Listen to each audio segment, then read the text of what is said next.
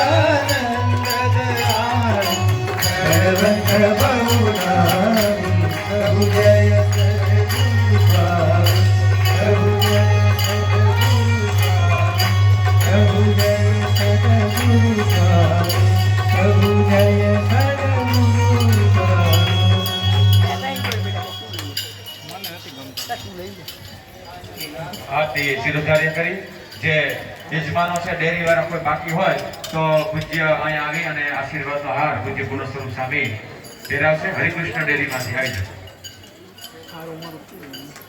પૂજ્ય પુરુષોત્તમ સ્વામી આશીર્વાદ હાર પહેરાવશે.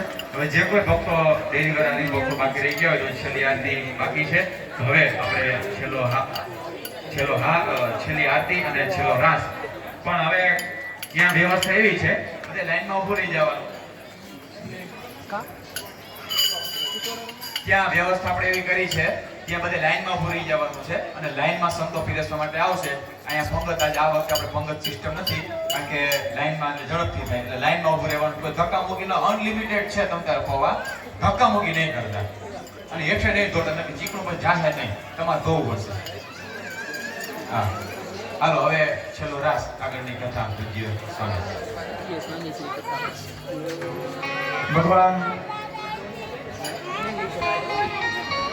એક સખી રાધાજીને લઈને દ્રશ્ય થયા છે.